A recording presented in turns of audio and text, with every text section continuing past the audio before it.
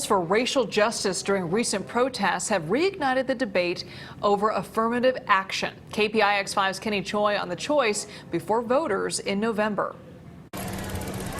After Prop 209 passed in 1996, Black and Latino enrollment at UC schools dropped significantly. The argument is heating up again about whether to reverse that ban. Anyone who would argue against it, I would wonder not only where their heart is, but whether or not they have an inherent bias. Every candidate should be evaluated on his or her merit without regard to race. That is what we're striving for. But I begin to wonder then. Before making this speech and voting yes on ACA 5, State Assembly member Evan Lowe received 3,700 calls and emails in opposition to the amendment. Why are you voting against your own people?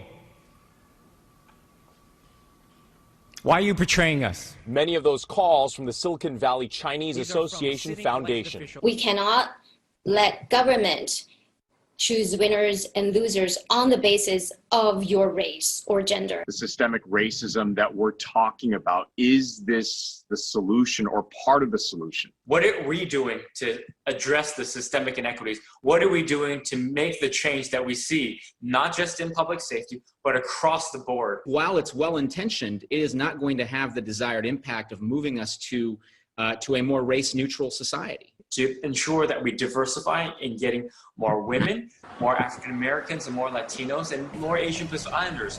Diversity that we want to see in the state. This is a season in our history where we have to ask ourselves, do we really want this nation to be equitable in its opportunity for all?